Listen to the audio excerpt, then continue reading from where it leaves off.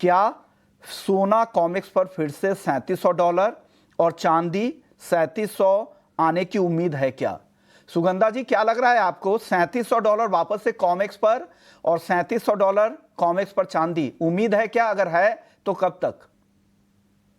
विष्णु जी, ये पॉसिबिलिटी अभी भी नजर आती है। अगर ट्रम्प साहब कोई यू टर्न लेते हैं अपने टैरिफ स्टेटमेंट्स को लेके और चाइना और यूएस की डील नहीं होती है, बिकॉज ट्रम्प साहब एंड मोमेंट पे कुछ भी यू टर्न ले सकते हैं। उनके जो भी डिसीजंस होते हैं वो अनएक्सपेक्टेड होते हैं। अगर ऐसा कुछ होता है, ये ट्रेड वॉर एस्केलेट हो जाती है, इन दैट सिनेरियो $3700 भी पॉसिबल है। बिकॉज अभी अगर हम डाउन साइड पे देखें तो even though we were also expecting $3100, because 3250 एक स्ट्रॉन्ग सपोर्ट था, प्राइसेस ने उसको ब्रेक किया, बट वही 3200 पर आउंस पर प्राइसेस ने बहुत अच्छा सपोर्ट लिया है। डॉलर इंडेक्स इवन दो कुछ रिकवरी दिखा रहा है, बट जब तक 100 के ऊपर सस्टेन नहीं करता डॉलर इंडेक्स, बहुत तेजी देखने को नहीं मिलेगी डॉलर इंडेक्स में। सो ये फैक्टर भी गोल्ड के प्राइसेस को अभी भी काफी हद तक सपोर्ट कर रहा है। इसके साथ साथ सेंट्रल बैंक्स की बाइंग अभी भी कंटिन्यूड है। ईटीएफ में भी अगर हम देखें तो पिछले 2 क्वार्टर्स में हमने सिग्निफिकेंट इनफ्लोज आते हुए देखे हैं। ऐसा हमने 4 साल के बाद होते हुए देखा है। पिछले 4 सालों में हमने ग्लोबली ईटीएफ से आउटफ्लोज आते हुए देखे, बट इन्वेस्टमेंट डिमांड काफी स्ट्रांगली रिटर्न कर रही है गोल्ड में। ये भी एक बहुत बड़ा फैक्टर है। और इसके साथ साथ डी डॉलराइजेशन का जो एक ट्रेंड चल रहा है, जिस तरीके से सेंट्रल बैंक्स अपने गोल्ड के रिजर्व्स को बढ़ा रहे हैं, अगर हम देखें तो यूएस और जर्मनी, फ्रांस, इटली, इनके रिजर्व्स गोल्ड के काफी हाई हैं। बट वहीं अगर हम इमर्जिंग मार्केट इकोनॉमीज की बात करें, इनके रिजर्व्स अभी भी 5 से 15% की रेंज में ही है। सो यहाँ पर काफी स्कोप है कि वो अपने गोल्ड के रिजर्व्स को बढ़ा सकते हैं। चाइना में भी अगर हम देखें तो इंश्योरेंस कंपनीज की साइड से एक सिग्निफिकेंट डिमांड निकल के आ सकती है। ऑलमोस्ट $27 बिलियन तक की एडिशनल डिमांड आने की एक्सपेक्टेशंस बनी हुई है। सो ये फैक्टर भी गोल्ड को काफी हद तक सपोर्ट कर रहा है। सो ओवरऑल बहुत सारे कैटलिस्ट है। इसके साथ साथ फेड कि 7 मई की जो मीटिंग रहेगी वो भी काफी इंपॉर्टेंट रहेगी। अगर कोई भी हिंट्स निकल के आते हैं फेड की side say about rate cut, because president Trump Fed chair पर काफी ज्यादा प्रेशर बना रहे हैं टू कट रेट्स। अगर कोई भी रेट कट आता है, जिसकी उम्मीद अभी हमें कम नजर आ रही है, बट आगे के लिए अगर कोई इंडिकेशन निकल के आता है, अगर उनका स्टांस डविश रहता है, in that scenario only gold के प्राइसेस $3700 पर आउंस को टेस्ट कर सकते हैं। बट स्टिल मेरा ऐसा मानना है कि वहां पर प्राइसेस सस्टेन नहीं कर पाएंगे, एक स्पाइक ही देखने को मिलेगा। बिकॉज प्राइसेस ऑलरेडी इस साल काफी बढ़ चुके हैं। एक पॉइंट ऑफ टाइम पर हमने ऑलमोस्ट 27% तक के गेन्स इस साल हमने आते हुए देख लिए थे। सो अभी मुझे लगता है थोड़ी नियर टर्म अपसाइड जरूर देखने को मिल सकती है, बट हायर लेवल्स पर प्राइसेस सस्टेन नहीं कर पाएंगे। वहीं अगर हम सिल्वर की बात करें तो यस, सिल्वर का आउटलुक मुझे अभी भी काफी बुलिश नजर आता है। अगर हम इस साल ओवरऑल भी बात करें या अगले साल अक्षय तृतीया तक भी बात करते हैं, तो सिल्वर के लिए बहुत सारे कैटलिस्ट हैं जो सिल्वर को ड्राइव कर रहे हैं। इवन दो उस तरीके का मोमेंटम हमने आते हुए नहीं देखा जिस तरीके का गोल्ड में हमने अपसाइड आते हुए देखी है, but silver is also likely to catch up. अगर ग्लोबल इकोनॉमी स्ट्रांगली इस टैरिफ की कंसर्न से रिवाइव करती है, सिल्वर में सिग्निफिकेंट अपटिक देखने को मिल सकता है। चाइना की साइड से स्ट्रॉन्ग डिमांड निकल के आ सकती है, बिकॉज सिल्वर की ओवरऑल अगर इंडस्ट्रियल डिमांड देखें तो वो अभी भी काफी स्ट्रॉन्ग बनी हुई है, और 2030 तक भी ये डिमांड काफी स्ट्रॉन्ग रहने की एक्सपेक्टेशंस है। सो जिस तरीके से world is moving towards 5G technology, ये ग्रीन एनर्जी की तरफ रुख हो रहा है ग्लोबली, उसमें सिल्वर की डिमांड काफी हद तक बढ़ने की उम्मीद है। और सिल्वर की मार्केट अभी भी उस डिमांड को कैचअप नहीं कर पा रही है। मार्केट में पिछले 4 सालों से डेफिसिट बना हुआ है। इस साल भी ये डेफिसिट कंटिन्यू रहने की उम्मीद है। जी। सो ये ब्रॉड फंडामेंटल्स हैं जो सिल्वर के काफी सपोर्टिव है। बट वही अगर हम सिर्फ लेवल्स की बात करते हैं तो $36 पर लेवल्स आउंस चला इमीडिएट दीजिए। अगर हम देखें तो एक रेजिस्टेंस बना हुआ है। ये लेवल अगर ब्रेक हो जाता है तो सिग्निफिकेंट अपसाइड देखने को मिल सकती है। मैंने पहले भी आपके शो पे मेंटेन किया है, बट $36 पर हमें थोड़ी सी नजर रखनी होगी। ये लेवल ब्रेक होता है तभी एक सिग्निफिकेंट अपसाइड देखने को मिलेगी।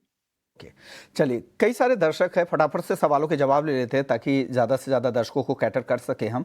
महेंद्र है बंगलुरु से, क्या सोने में लंबी अवधि के लिए खरीदारी कर सकते हैं? क्या लंबी अवधि के लिए सोना अभी खरीदना चाहिए क्या अमित जी? ओवरऑल देखा जाए तो सोने की जो लंबी अवधि की मेरे को रेंज नजर आती है वो 90 के आसपास वापस फिर से एक बॉटम बना सकता है।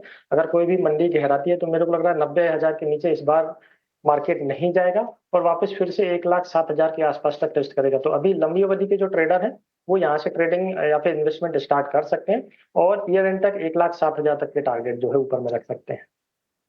केंद्र तोमर है नासिक से, इस हफ्ते सोना इस हफ्ते मतलब अगले हफ्ते के बारे में जानना चाह रहे हैं कि अगले हफ्ते सोना क्या 89,000 रुपए तक और चांदी 90,000 तक आ सकती है क्या?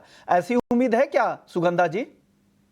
विश्वमोहन जी 89,000 आप प्लीज मुझे इंग्लिश में बताएंगे। 89,000 गोल्ड और 90,000 चांदी। बिल्कुल विश्वमोहन जी, मेरा पोजिशनल व्यू अभी गोल्ड पे बहुत पॉजिटिव नहीं है। मैंने बहुत सारे फैक्टर्स की जरूर बात की, बट अगर ये फैक्टर्स अनफोल्ड करते हैं तभी फर्दर अब तेजी देखने को मिलेगी। Otherwise I have a view कि 1 लाख के ऊपर प्राइसेस सस्टेन नहीं कर पाएंगे और मेरा ऐसा मानना है कि हायर लेवल से सेलिंग ही देखने को मिलेगी। इसमें थोड़ा सा टाइम लग सकता है, पॉसिबली ये नेक्स्ट वीक ना हो, बट मे एंड तक मैं काफी लोअर साइड के लेवल्स एक्सपेक्ट कर रही हूँ गोल्ड और सिल्वर दोनों में ही। सो थोड़ा सा पेशेंस रखें, we will update on this show. अभी पोजिशनल सेलिंग की भी एडवाइस नहीं रहेगी, हाई लेवल्स की वेट करें अराउंड 98,500 99,000 के आसपास। काफी ज्यादा पॉसिबिलिटी है कि प्राइसेस में सेलिंग प्रेशर देखने को मिलेगा, बट मेरी सजेशन है मार्केट बहुत वॉलेटाइल है, बहुत सारे ट्रिगर्स हैं जो निकल के आ रहे हैं। अभी थोड़ा वेट करें, पोजिशनल सेल या पोजिशनल बाइंग में दोनों की ही अभी एडवाइस दूंगी। अभी सिर्फ शॉर्ट टर्म ट्रेडिंग के लिए जरूर बाइंग कर सकते हैं, बट पोजिशनल सेल के लिए थोड़ा वेट करना प्रेफरेबल रहेगा। अब रिक्वेस्ट करूंगा छोटे छोटे जवाब दीजिएगा, कुछ दर्शकों के सवाल ले लेते हैं। राहुल पटेल हैं गुजरात से, कच्चे तेल में कितनी गिरावट आएगी? अमित जी। कच्चे तेल में लास्ट टाइम हमने देखा था कि 4800 के आसपास एक बॉटम बना था, तो मेरे को लगता है उसके आसपास ही वापस बॉटम बनता नजर आता है। ट्रेडिंग के लिहाज से 4950 जो मौजूदा भाव है वहां पे ट्रेडर्स को खरीदारी करनी चाहिए। 4870 रुपए का ट्रेडिंग का स्टॉप लॉस है, ऊपर में 5200 तक के टारगेट मेरे को लग रहा है नेक्स्ट वीक में देखने को मिल सकते हैं। अगले दर्शक है बाली कुमार है, कच्चे तेल में क्या स्ट्रेटजी अपनानी चाहिए? बाली जी का सवाल है, क्या स्ट्रेटजी होनी चाहिए कच्चे तेल में सुगंधा जी? मेरी भी ऑलमोस्ट अमित जी जैसी ही स्ट्रैटेजी रहेगी। प्राइसेस काफी ज्यादा ओवरसोल्ड हैं, इवन दो ब्रॉड ट्रेंड अभी भी नेगेटिव है, बिकॉज एक तरफ डिमांड डिस्ट्रक्शन हो रही है, ऊपर से ओपेक प्लस की साइड से सप्लाई बढ़ने की उम्मीद बनी हुई है। सो ये फैक्टर्स प्राइसेस को ओवरऑल राइज कर रहे हैं, बट जिस तरीके से यूएस ने ईरान पे सैंक्शंस की बात की है, ये फैक्टर प्राइसेस को नियर टर्म में सपोर्ट कर सकता है। सो 4850 के आसपास बाइंग कर सकते हैं, 4720 का स्टॉप लॉस रहेगा, हाई साइड में 5280 तक के पोजिशनल टारगेट्स रहेंगे। शेख खाजा है, हल्दी 100 टन फिजिकल स्टॉक 13,500 के भाव पर खरीदारी की है, क्या करना चाहिए हल्दी में अमित जी? बिल्कुल होल्ड करना चाहिए, जल्दी वापस जो है 16,000 के आसपास के भाव देखने को मिलेंगे। 16,000 का प्राइजेस जैसे ही आता है तो 60 to 70% इनको मुनाफा बुक करना चाहिए।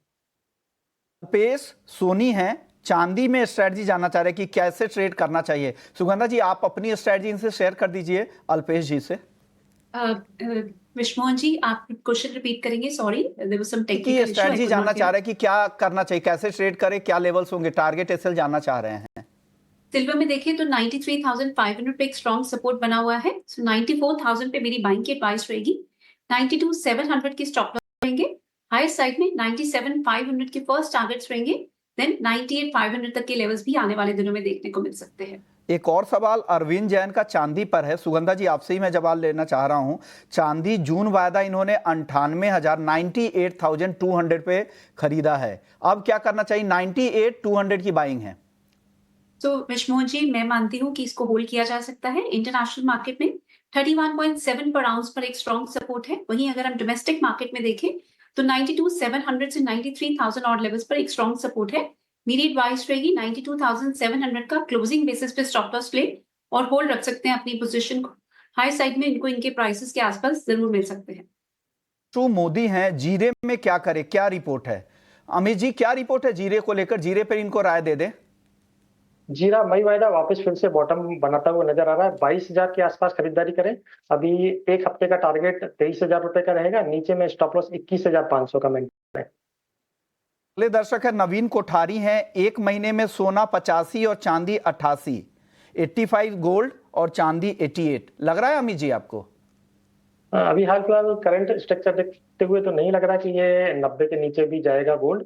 और चांदी में देखा जाए तो 92,000 एक अच्छा खासा सपोर्ट है, वो ब्रेक करता हुआ नजर नहीं आ रहा। तो खरीदारी के लिहाज से या ट्रेडिंग के लिहाज से 93,100 जो इसका मौजूदा भाव वहां पर खरीदारी करें। 97,000 तक के टारगेट रखें और नीचे में 92,300 का ऐसा लगाएं। चांदी में 94,500 के करीब खरीदारी करें, 97 तक के टारगेट रखें और नीचे में 93,500 रुपए का ऐसे लेके चले। ओके, शुक्रिया अमित जी।